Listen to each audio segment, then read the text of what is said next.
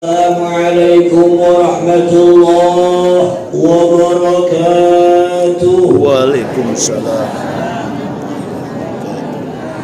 Alhamdulillahilladzi asra bi'abdihi laylan minal masjidil harami ilal masjidil aqsa wa a'raja bihi ila samawatil ula liyuriyahu min ayatihil kubra. أشهد أن لا إله إلا الله وحده لا شريك له له صفات العلى وأشهد أن سيدنا ونبينا محمدا عبده ورسوله ذي الشفاعة العظمى اللهم صل وسلم وبارك على سيدنا ومولانا محمد وعلى آله وأصحابه أهل الصدق والتقى. وقد قال الله تعالى في القرآن الكريم أعوذ بالله من الشيطان الرجيم فويل للمصلين الذين هم عن صلاتهم ساهون الذين هم يراءون ويمنعون الماعون. وقال النبي صلى الله عليه وسلم في حديثه الشريف الصلاة إماد الدين فمن أقامها فقد أقام الدين ومن تركها فقد هدم الدين. Sadaqallah wa sadaqa Rasulullah sallallahu alaihi wasallam wa nahnu ala dzalika minasyahidin wa syakirin. Yang kami muliakan, kami cintai, kami taatimi para alim ulama, para ustaz-ustazah, para sesepuh, orang tua kita semua yang hadir. Sama-sama kita hormati, kita muliakan, kita banggakan Sultan Palembang, Sultan Iskandar Mahmud Badarudin. Belaga saat ini kedua pulau ada kena ini jahil. Kita doakan mudah-mudahan beliau sehat, panjang umur, barokah.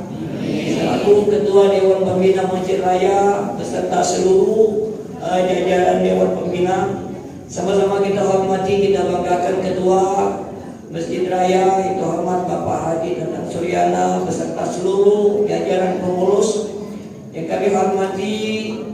Kita muliakan wali kita Al-Karam Ustaz Mursalin, yang kami hormati ketua dan segenap pengurus pengajian ibu-ibu Masjid Raya, masjid dan musola-musola yang ada di sekitar Masjid Raya. Yang kami hormati, kami cintai bapak-bapak, ibu-ibu, saudara-saudari, hadirin hadirat para jemaah. Mudah-mudahan semua yang hadir berkumpul sore hari ini semuanya senantiasa dirahmati, diberkahi, dimuliakan, dijaga, dipelihara Allah Subhanahu wa taala.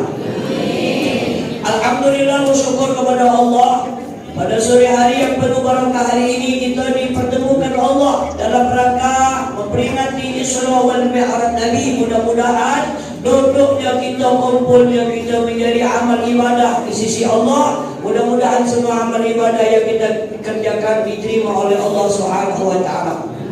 Salawat dan salam semoga selalu digerakkan, dilimpahkan kepada junjungan kita, panutan kita Nabi Muhammad sallallahu alaihi wasallam beserta para keluarga, para sahabat dan para pengikutnya hingga akhir zaman. Bapak-bapak, ibu-ibu, hadirin hadirat yang berbahagia, Isra wal Mi'raj. Isra itu Nabi diperjalankan, Mi'raj Nabi dinaikkan. Hakikatnya sebenarnya kita juga Isra Mi'raj hari ini. Kita diperjalankan Allah dari rumah ke masjid.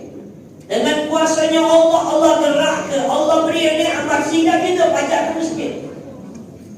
Ketika salat tadi kita mi'raj, as-salatu mi'rajul mu'minin. Salat itu mi'rajnya orang yang beriman. Berkaitan dengan Isra Mi'raj, para ulama, ahli hadis, ahli tafsir, ahli sejarah, mereka mengatakan, Bapak Ibu, ada latar belakang mengapa Nabi diperjalankan Allah. Ini jarang dibahas. Kata mereka, pertama, sebagai lintas dunia untuk menghibur Nabi. Kenapa Nabi dihibur Allah? Kita tahu dalam sejarah sebelum diperjalankannya Nabi, Nabi sedang bersedih. Secara manusia, ketika kehilangan orang yang dicintai, sedih. Pamannya Abu Thalib meninggal, Siti Khadijah istrinya meninggal, sedih dan bagaimana Allah menghibur Nabi minal masjidil haram ila masjidil aqsa, dari masjid ke masjid, dari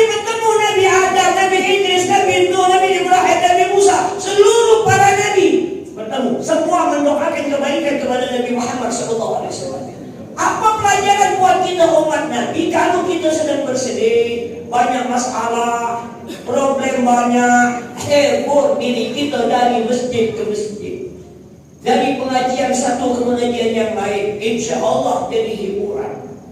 Aku belum pernah dengar ada bapak-bapak, ibu-ibu ngomong, "Oh, aku ini senang mendengar ceramah tadi." Apa pening kepala aku? Ada? Senang kalau ini. Tak tahu hutang banyak. Kalau ada masalah, bapak ibu jangan mendem di rumah. Mendem, tak mentu-mentu. Mendem di bawah kamar. Di kamar itu nyimak kanan, nyimak kiri, nyimak pojok, nyimak bawah. Di bawah ada baygon. Atau tulis tegoklah baygon itu juga meninggal. Iyo, selesai. Laju pula, laju kenyanyian. Bukannya peningnya hilang, dan kewaknya hilang. Ibu, diri kita ke masjid. Yang kedua, latar belakangnya adalah taklim untuk memberikan ilmu kepada Nabi Muhammad SAW. Orang kita tadi dengan penuh menyampaikan surah Al-Isra ayat pertama, linuriyahu min ayatina. Kami perlihatkan kepada Nabi Muhammad SAW sebagian tanda-tanda kekuasaan kebesaran kami. Dalam perjalanan Isra Mi'raj, Nabi diperlihatkan oleh Allah bermacam-macam kejadian yang akan terjadi pada masa Nabi, pada masa umatnya sampai hari kiamat. Banyak yang ditimpa Nabi. Salah satunya, Nabi melihat ada sekelompok orang nanam biji tombok besar berbuah panen. Nabi heran, wahai malaikat Jibril, siapa mereka itu? Baru nanam tombok besar berbuah panen. Kata malaikat Jibril, wahai Nabi Muhammad, itu adalah gambaran umatmu yang melakukan kebaikan, yang galak sedekah, maka Allah cepatkan balasannya seperti orang menanam tadi. Balasannya mulai dari dunia sampai alam akhirat. Makanya sebelum itu kita doa ke yang bentuk ke duitnya, bentuk ke makanan, minuman untuk Isra Mi'raj, insya Allah dibalas oleh Allah dunia akhirat. Yang tidak nyumbang tapi dia datang, ini kebaikan, insya Allah dibalas oleh Allah kebaikan dunia akhirat. Ini datang tidak, nyumbang tidak, pajak ngantui baik. Nah, kecil, habis duit, aslinya ganti. Tapi dulu anak datang ambil di kota. Ini ganti depan kami. Ini kebaikan. Kemudian Nabi Muhammad SAW diperlihatkan Allah surga. Waktu Nabi masuk melihat keadaan surga luar biasa, mewah, megah, lemah, indah. Tapi sayangnya Bapak Ibu, yang tua-tua tak nanti dalam surga. Maaf yang tua-tua. Ngaku nak nanti Ustaz, yang masuk surga tua di dunia, di dalam surga umurnya 33 gitu deh. Yang meninggal kecil bayi di dalam surga 33.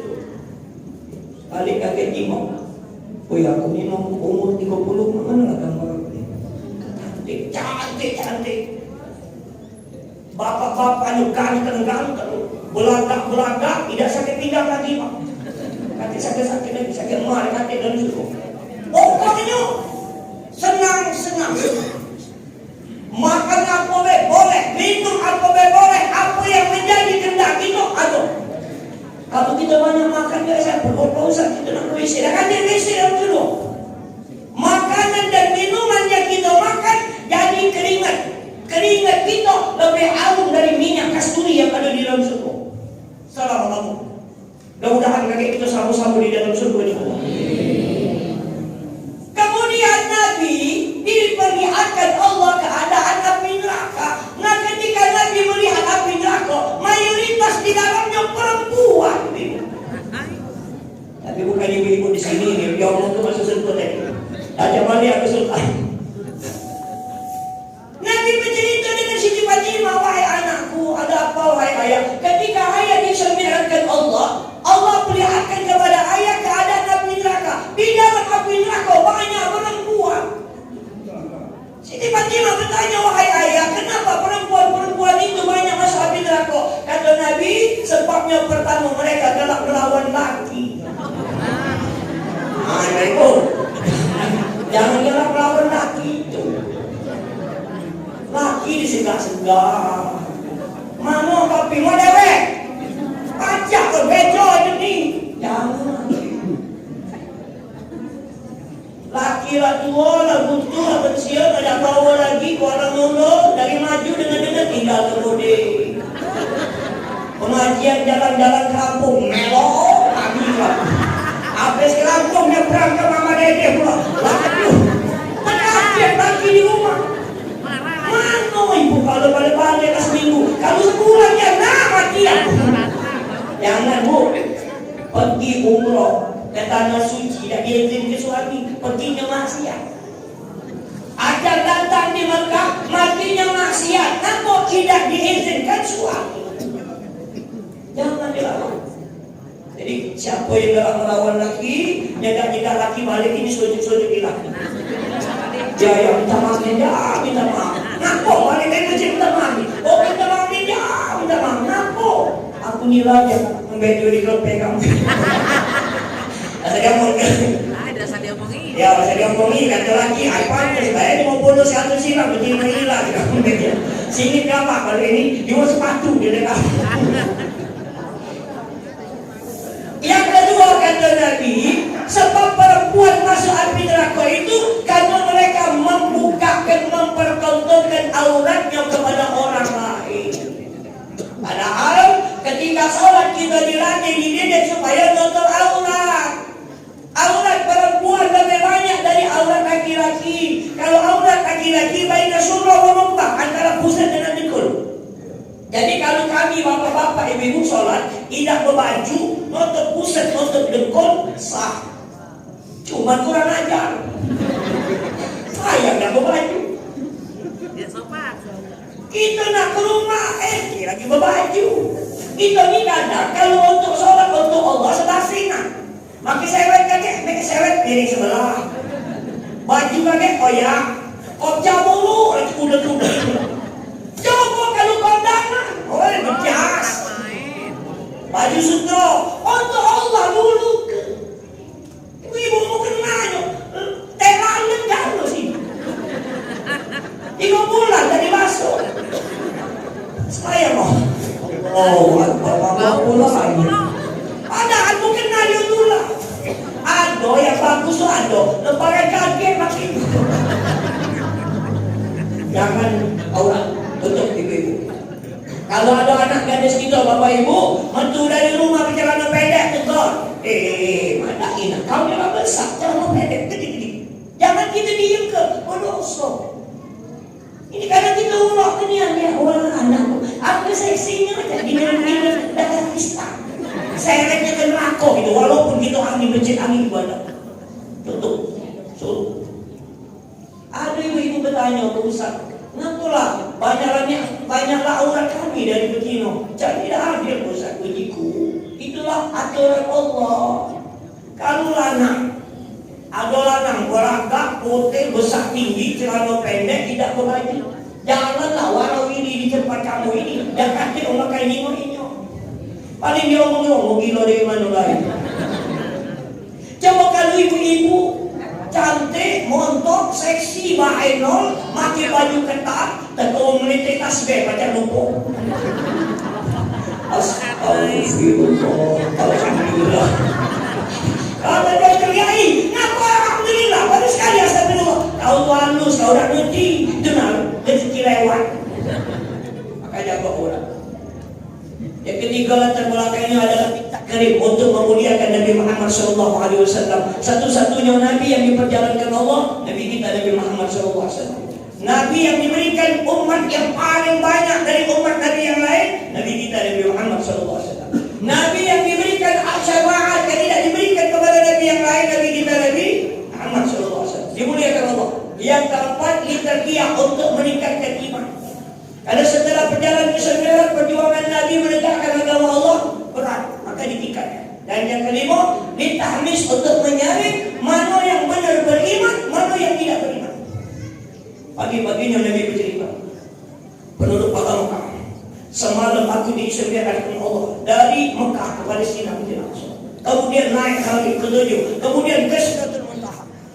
Ada yang percaya, banyak yang tidak percaya. pada Ustaz Zakalakar. Masuk gitu. Kami dari Mekah ke Palestina sebulan pergi, sebulan balik. Oh semalam naik ke langit, ada matahari, panas, mati, tidak masuk di akal. Padahal Bapak Ibu bukan tidak masuk di akal, akal yang tidak masuk. Kalau nak akal-akalan, banyak yang tidak masuk di akal. Contoh, kita ada di daerah Sekebojong ini sebab ada ayah dan ibu, betul atau betul? Ada manusia ayahnya tak kantik, ibunya tak kantik, tapi dia ada siapa? Nabi Adam. Siapa tahu nama ayah dan ibu Nabi Adam? Tak kantik, dia yang pertama. Ada manusia ayahnya ada, ibunya tak kantik, siapa? Siti Hawa. Allah ciptakan dari tulang rusuk sebelah kiri Nabi Adam.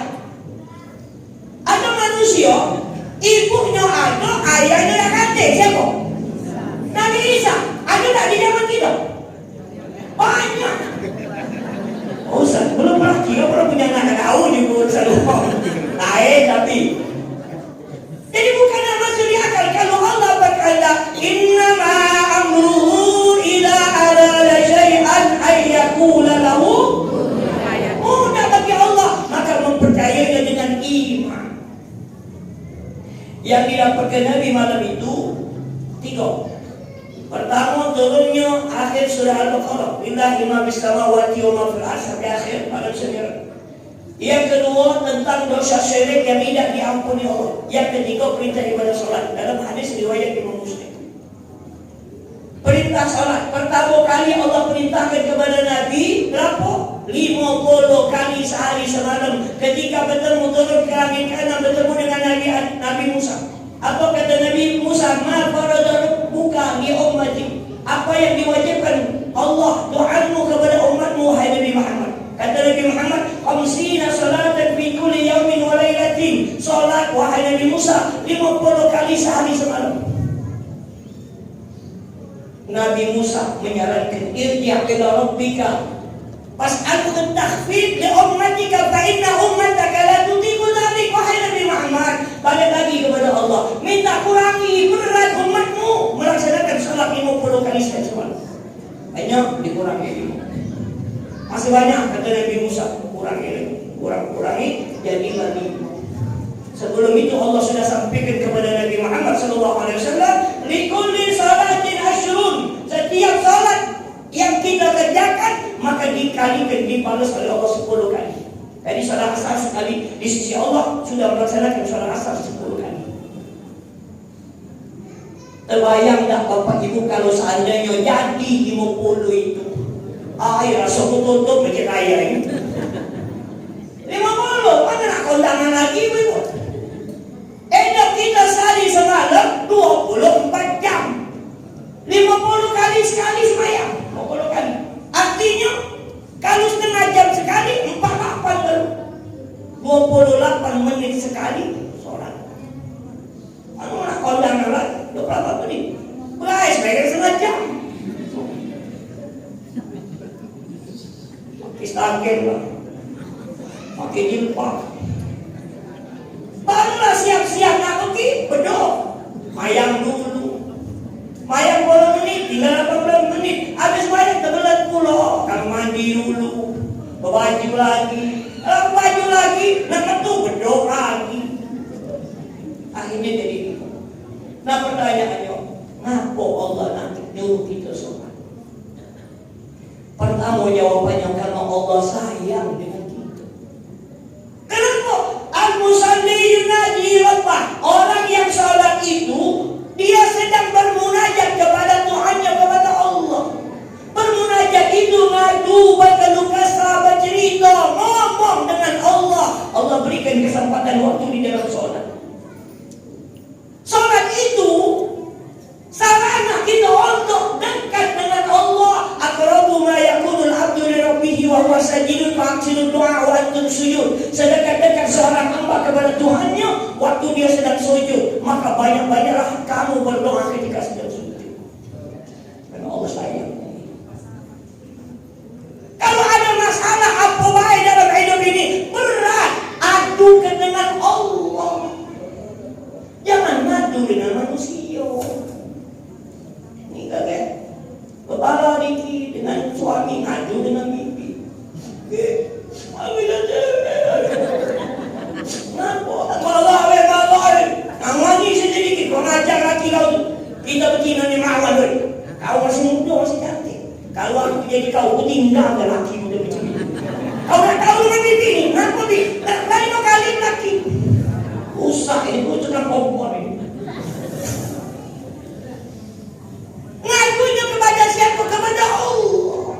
Adukan kepada Allah yang memiliki suami kita, yang memiliki istri kita, yang memiliki anak seluruh yang kita miliki. Adukan dengan dia waktu sedang sholat. Makanya sunnah berdoa ketika sedang sholat. Waktu kapan? Waktu sedang sujud. Bukan sujud terakhir. Oh, ini sujud terakhir. Kalau hadis tadi banyak-banyaklah berdoa ketika sedang sujud, bukan sujud terakhir.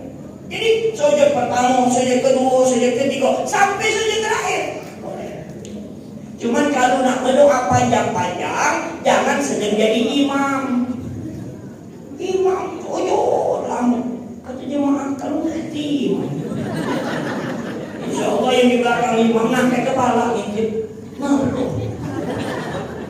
Kalau jadi makmum, jangan berdoa panjang-panjang. Orang tegak masih itu sungkem. Laju diceng. Waktu sholat sunnah, lama-lama berdoa bagus. Kalau doa dari Al-Quran, dari hadis Nabi, boleh dilapaskan. Doa maksud boleh dilapaskan. Rabbana hablana min azwajina, Rabbi habli min shalihin, Rabbi firli wal wadriyah. Boleh dilapaskan. Tapi kalau doa bahasa kita tak boleh dilapaskan dalam hati baik. Ngapa Ustaz? Batal sholat kita. Sholat batal, kawan kanan kiri, belakang depan tahu. Berdoa, ya Allah, berikan rezeki ya Allah. Kata kawan buntu percaya. Sholat batal dalam hati baik. Allah sayang. Artinya siapa yang tak kalah sholat, artinya dia tak kalah minta kasih sayang Allah. Yang kedua, ibadah sholat itu tempat haji tadi melatih mendidik kita supaya punya akhlak yang mulia dan amalan maksya Allah. Makanya sholat perlu kita koreksi, evaluasi, perbaiki. Makanya didirikan ke tempat itu. Ketika kita sholat diawali dengan takbiratul ihram, Allahu Akbar, baca doa kita, baca Al-Fatihah, baca surah, baca tasbih, baca doa, baca tasyahud, baca salawat, baca salam. Apa harapannya? Kehendaan Allah ketika kita sholat dengan bacaan-bacaan yang indah, baik, bagus. Setelah sholat, mulut kita harus seindah ketika sedang sholat. Tapi kalau habis sholat, makanya Pak bilang gini, ada yang ngomong ini jilbabnya mencong. Waktu sholat tadi bagus mulut kita, kok habis sholat galangan tuh iwang mulut ini. Sekali-sekali marahi, mulut jangan ada sino. Kalau rebus nanti ini, kakek gara-gara kau sikap, seluruh anggota badan ini kena anda Pak. Mulut kita beda, dia ngomong. Kita sadari, aku ni kalau baca Quran, hataman Quran, kalau berzikir, kok mulut aku ni kalau ini pernah ribah ini apa lagi? Itu pendidikan siapa? Takbir. Allahu Akbar. Takbiratul ihram itu rukun. Takbir yang mengharamkan seluruh perbuatan dan perkataan yang tidak berkaitan dengan sholat haram. Ketika mulai takbiratul ihram, setelah itu tidak boleh lagi. Tapi kalau sebelum takbiratul ihram, boleh tak? Sebab betul maghrib salah sempatin ada kamu boleh kan? Kau kakek tarik kakek bangun kan? Allahu Akbar. Boleh tak? Boleh. Boleh. Ya tak boleh. Allahu Akbar. Bangun kakek. Kakek tinggal ke? Allahu Akbar kabir walhamdulillah. Batal kalau sudah takbiratul. Sebelum itu belum mulai. Rokok takbir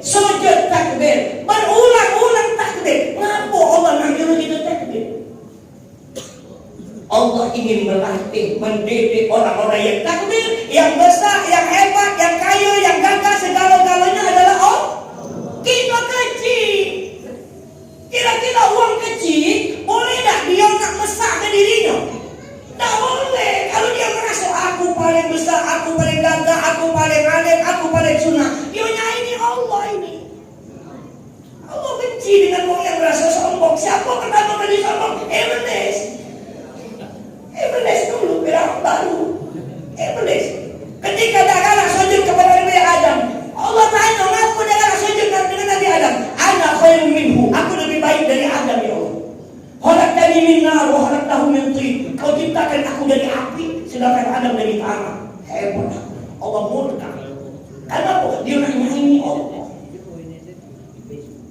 Maka orang yang paham dengan kalimat takbir setelah sholat dia akan rendah hati apapun kelebihan yang Allah berikan kepada dia. Itu pendidikan. Ini kadang-kadang ya Allah baru jadi kasih sombong setengah mati. Uji kemana lah kalau jadi kepala dinas tak setengah mati lagi sombongnya mati. Baru berdua dikit sombong.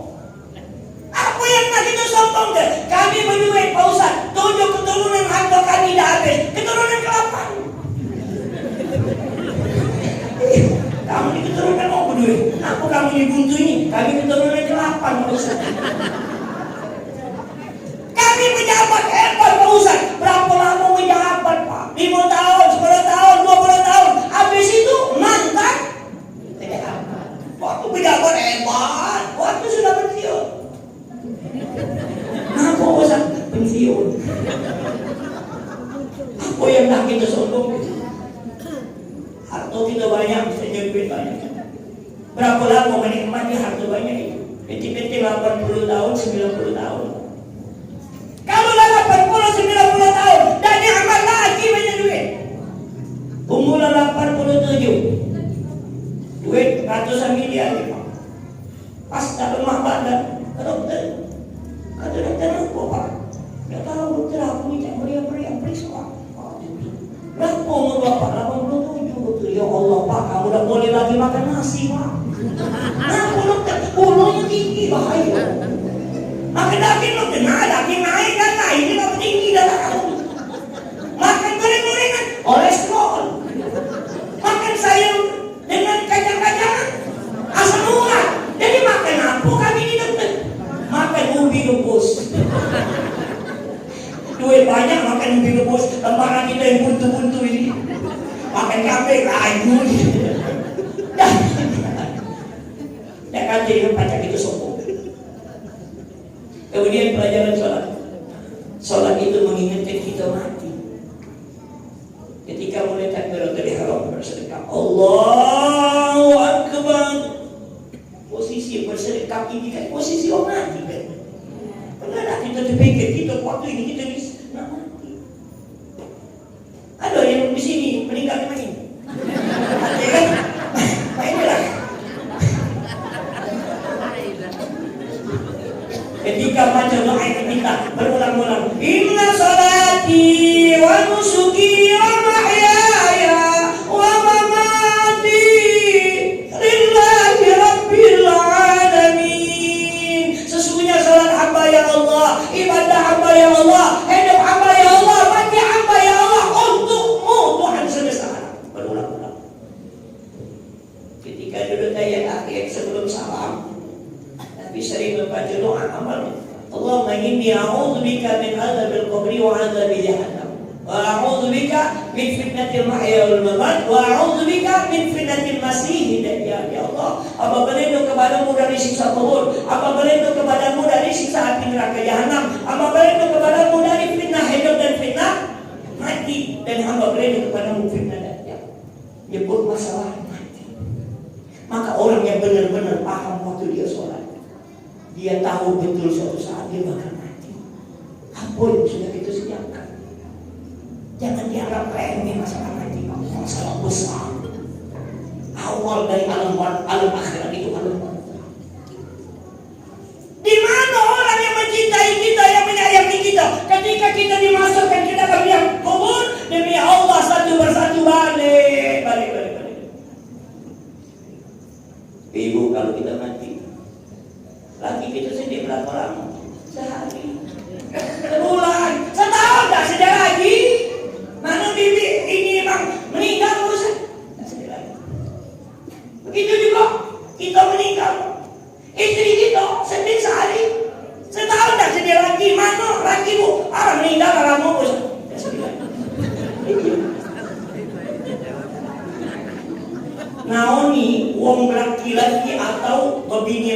kalau pasangannya meninggal, waktu hari pertama itu lakinya meninggal, bininya biasanya cepat lagi. Apa bapak-bapak itu bininya sedih. Apa gimana? Biasanya dah lama bininya lagi. Aku keseluruhan 2025 Desember. Ada 11 ikut janda 12 lagi. Janda tu. Hari ini 72 umurnya nawar mak. Begitu bu. Masa bu, nak nikah ke siapa? Nak dah kerja. Untuk anak, bukan besar. Jajang, bukan. Jadi, untuk aku ni lah besar. Nah, ini alhamdulillah ada orang yang jadi kemana pasangan itu? Di luar Pak Ustaz. Aku di luar, masuk. Maluan dia lah, apa malu ibu? Ini bagus, dia ibadah. Masuk. Uji mau diberkas yo, lanang 77, betina 72. Uji kumang masih gagal. Goyo baik. Ada yang umur betina tadi 70, 69, 67, yang terakhir 58. Lakinya mana? Meninggal. Jadi ibu kalau kita mati, laki kita berbini lagi, emas kita dipakai bini muda. Iya dosa banyak beli emas. Kita bakal mati. Jangan dianggap remeh masalah mati lah. Kalau seandainya di alam barzah lemah nikmat, maka insya Allah alam akhirat mudah. Tapi kalau alam barzah siksa, azab, maka alam akhirat akan berat. Nak balik lagi ke dunia dapat. Kendaraan yang paling terakhir, yang paling angker di dunia kita hanya keranda alias ringo, alias kaki. Kaki bom berani naik itu kecuali bom mati. Ada melawan di depan itu. Suruh boleh jalan kaki, mana dah lagi? Aku galak, ikut dari kodam itu. Kalau tanya Pak Polisi, ada ini berani naik katil, cari gagal lain merosak. Kita mati gagal naik. Kali itu nangan orang tu punya kuning. Pas balik ada orang tua pejabat. Dulu disuruh makan. Mam, tadi tu motor pada dia bang, ini pusat tinggal uang kita.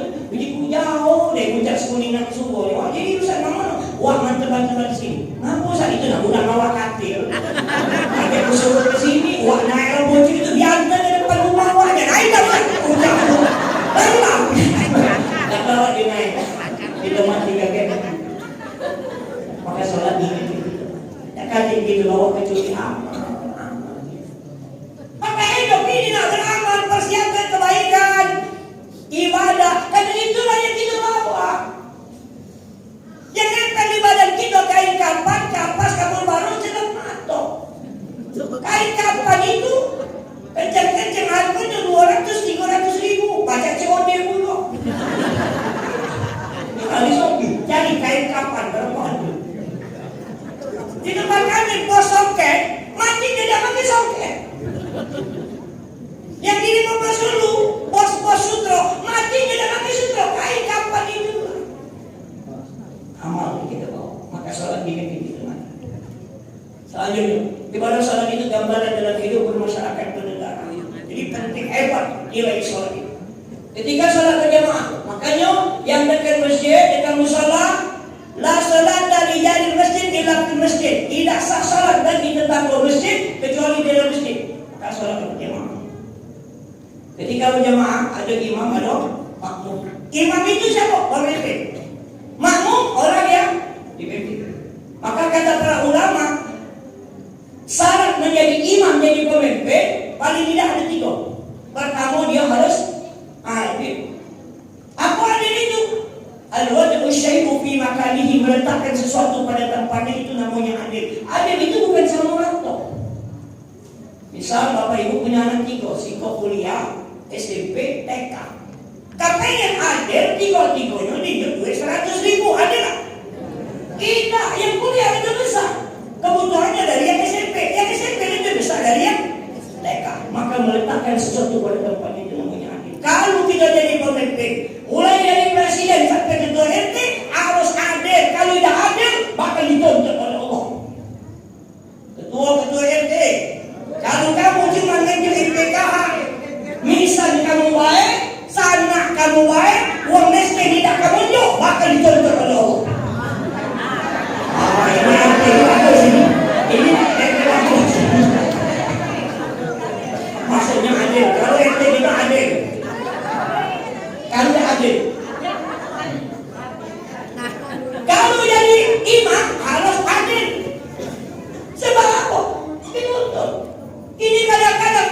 imam tidak adil.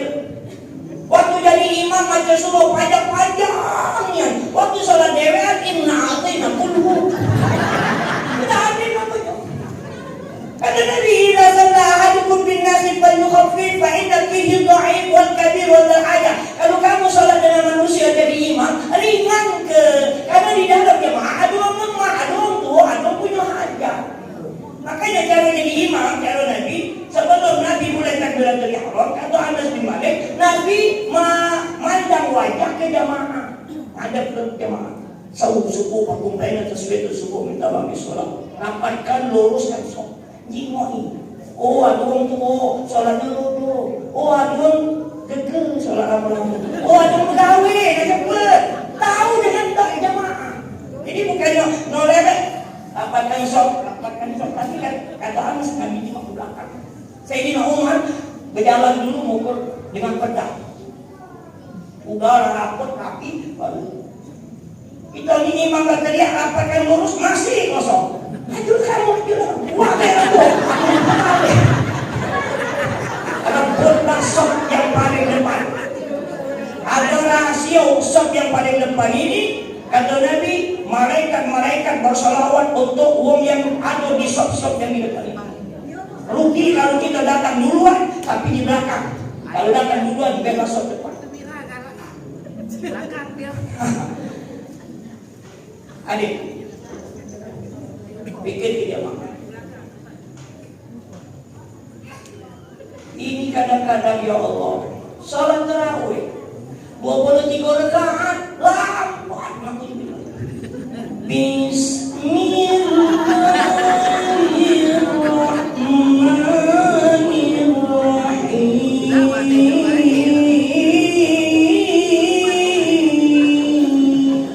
Atau makmum tidur kita di masjid malam. Bismillah model macam itu 3 rakaat. Masih loh, sama iyonya sama tuwonya. Allah, jom kita cek ini. Aku yakin imam masih model macam ini jam 12 malam kawin selesai. Aku yakin pula datang lagi jadwal dia kedua, insya Allah ada kasih jadi jemaahnya. Paling Pak Ketua, Sekretaris, Bendahara, Ketua Pemilihan. Jangan Pak yang ngewang, ada Pak Ketua ngampung, malam keempat sepi, pada seminggu rame yang terawih. Banyak, mentu Pak Ketua, kesana, lalu, ada yang kesana. Ayo mulai dah, habis naik sana. Kenapa dah semuanya di sini? Imam lama. Dah gini. Yang 11 rakaat lembut na'udzubillah.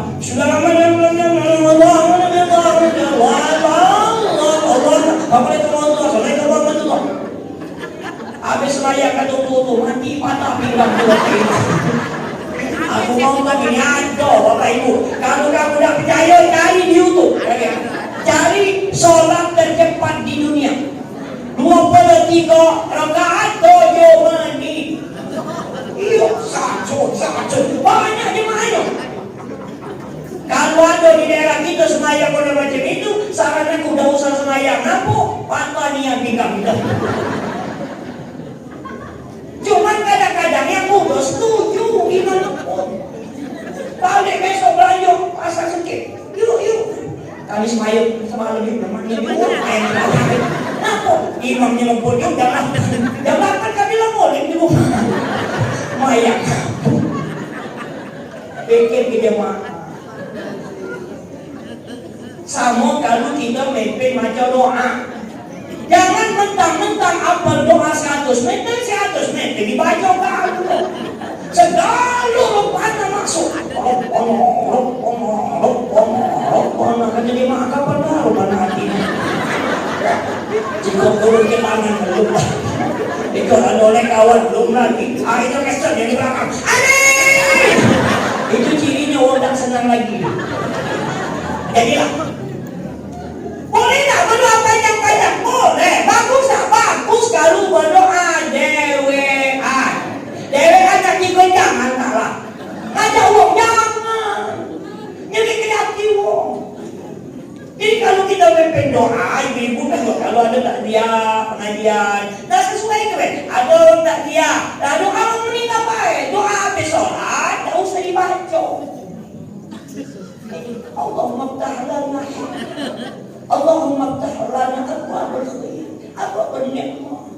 wal jannah. Allahumma inna nas'aluka gitu. Ojo-ojo doa ngaji lewat. Itulah nami imam sholat jenazah. Habis sholat jenazah, doalah untuk meninggal. Allahumma fir lahu warhamhu wa'afihi wa'fu anhu. Allahumma fir lahu warhamhu wa'afihi wa'fu anha. Itu baik. Ini meninggal. Allahumma barik lana fi Sya'ban wa Ramadan. Kalau mati bayu akan dia ketemu lagi dengan Ramadan. Ambil mati. Jadi sesuai ke itu orang punya ilmu ngerti. Ada yang punya ilmu tapi tidak ngerti. Kita diminta doa untuk pengantin. Doa untuk pengantin untuk rumah tangganya sakinah wa rahmah. Minta keturunan zuriat yang saleh dan salehah. Itu baik. Ini doa pengantin. Allahumma hawin alaina bi sakaratil maut. Mau kejelek waktu pengantin. Payulah berejo kami baru berejo. Itu namanya tidak ada. Jadi kalau kita jadi imam, tak usah panjang-panjang. Kalau berdoa, tak usah panjang-panjang. Kalau ceramah, siapa banyak juga. Berapa kelima? Ada yang keluar harus arif bijaksana. Kalau seandainya sudah tidak mampu jadi pemimpin, jangan maksa sendiri.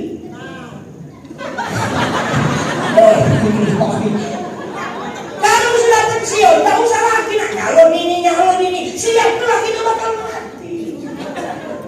Inilah pensiun, nyalon DPR, nyalon DPD, nyalon. Woi, siap kita mati. Apa yang kita bakal buat? Lalu, masih nak jadi imam. Sini kan, aku tentang lahir. Lalu sakit pinggang, jadi imam. Aku sujud, pegang pinggang, mau nggak sujud kalau Allah. Pasti. Kalau kita jauh, lalu masih nak azan. Allah Akbar 3-4 kali dari nafas. Allah. Ya Allah, jika berarti mulai di sini. Masuk ke masjid itu, tak bisa disebut ke masjid. Menjaga kode etik masjid. Masuk ke masjid, banyak budak-budak DPA ngomong ini. Begitu kenapa kamu udah kalah azan? Kesian wah ini kalau putus nampak. Bukan kami yang kalah azan, Pak Ustaz. Kami ini kepengen azan. Lah kan persoalan dia terus. Tak baca Pak Ustaz, mik jadi kawannya balik. Uji kamu kepintar ini. Lagi kalau dia habis azan, mik di kapal kenyok, singit ke begitu. Mana ini? Dia Pak Ustaz, ini kenapa? Ini kalau dewe Pak Ustaz, habis azan kan ke, mik masuk, saya kan dia. Ujiku kalau macam itu sahabat baik. Kenapa Ustaz? Tunggulah, kalau bulan depan dia nak nyongol lagi, mati dia mati. Bijak, dia kesempatan, dia mudah-mudah. Makanya aku senangnya kalau masjid musola, ada anak-anak, paling senangnya.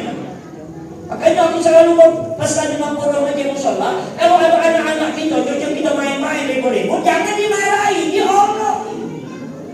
Ini kadang diusir, boleh kalau bapaknya lagi dong. Aku main, lari dia. Kaget dia udah kalah lagi ke masjid. Dan kawan dia, kita sembahyang masjid. Nah, ada wakil lo itu lah.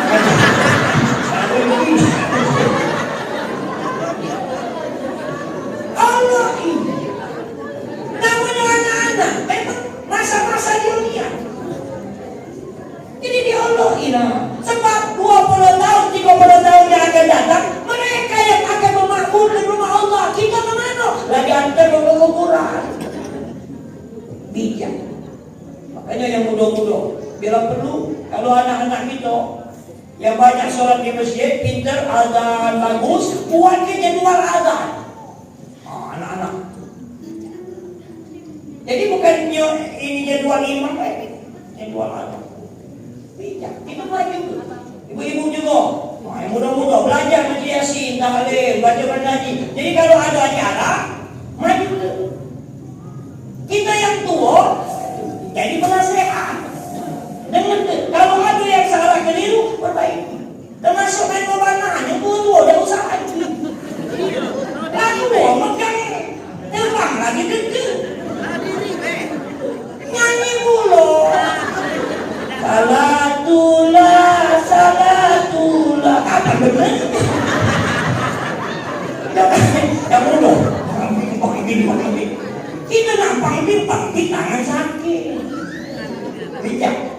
Yang ketiga, syarat jadi imam pemimpin itu harus punya ilmu. Kalau pemimpin tidak punya ilmu, dimudikan semua. Kalau imam tidak punya ilmu, rusak sekaset jemaah. Ini pelajaran buat kita. Kalau seandainya terjadi, sering terjadi hari raya Idul Fitri, imam rakaat kedua sujud dari rakaat pertama, yang kedua Allahu Akbar, imam langsung maju Al-Fatihah. Bismillahirrahmanirrahim. Mau di belakang tahu takbir imam belum? Subhanallah, alhamdulillahi rabbil alamin. Terus akhirnya yang setelah subhanallah, Allahu Akbar, Allahu Akbar, Allahu Akbar, Allahu Akbar, Ar-Rahmanir-Rahim. Akhirnya begitu kelompok. Rabi mesti. Dah tahu mana ceritanya, imam noleh ke belakang. Apa dia salah gue? Takbir bang. Takbir yang mana? Yang ini loh. Apa yang dia tahu? Oh, kami nanti lihat tadi. Aku lupa katanya. Kata sebelah ini, udah boleh ngomong, kamu dibatal, semuanya ngomong. Imamnya lupa, nanti tahu. Kata sebelahnya itu, untunglah aku jangan ngomong. Soalnya mulai. Itu imam tak punya ilmu, makmum sambilnya. Dalam sholat ada rukun, ada sunnah abad, ada sunnah hayat. Kalau imam meninggalkan salah satu rukun atau sunnah abad, rukun itu takbiratul ihram, kemudian takbir baca Al-Fatihah, kemudian ruku, i'tidal, sujud, itu rukun. Kalau sunnah abad tahiyat awal, kunut di waktu subuh yang ada Imam Syafi'i. Kalau imam lupa, tegur. Siapa yang berhak tegur imam?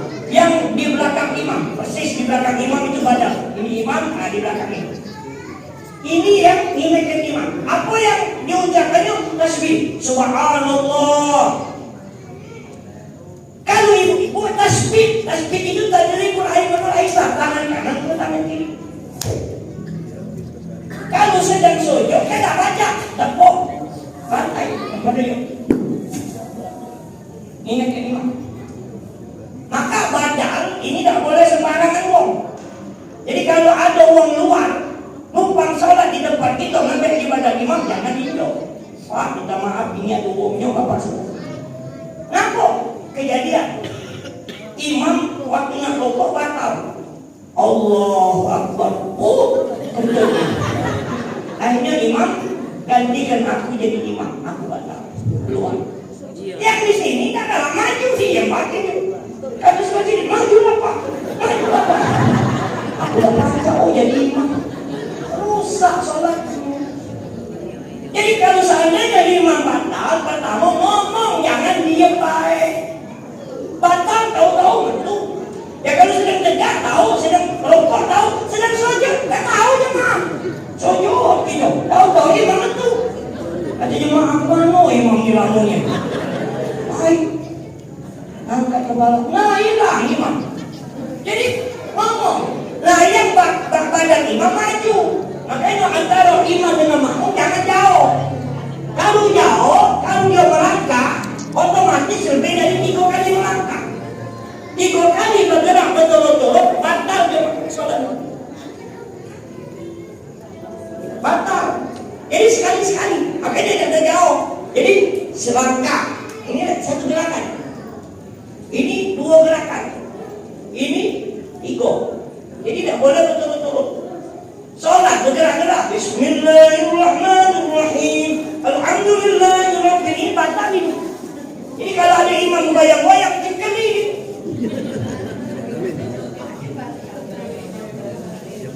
Ya.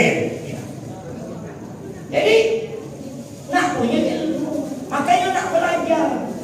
Anak belajar supaya ibadah kita baik, supaya ibadah kita bagus.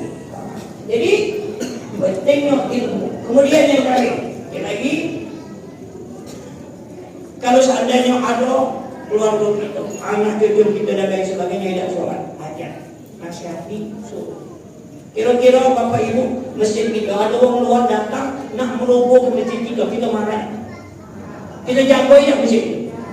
Pernahkah kita marah ketika ada anak, ada suami, ada istri, ada dulur kita di rumah kita, makan bersama kita, tinggal bersama kita, dia tidak sholat? Karena dia yang tidak sholat, dia merobohkan agama. Maka kita harus lebih marah kepada orang-orang yang bersama kita yang tidak sholat. Yuk kita tingkatkan kualitas ibadah sholat kita dengan banyak belajar, perbaiki, insyaallah mudah-mudahan semua amal ibadah kita khususnya salat diterima oleh Allah Subhanahu wa taala. Insyaallah hari ini kita berkumpul menjadi raya, suatu saat nanti Allah kumpulkan kita kembali di dalam taman surga Allah Subhanahu wa taala. Amin. Ya Rabbana ya Rabbal alamin. Ya Allah, kurang lebih mohon maaf kepada Allah kita semua yang mohon ampunan. Terima kasih. Wassalamualaikum warahmatullahi wabarakatuh. Waalaikumsalam warahmatullahi wabarakatuh. Bila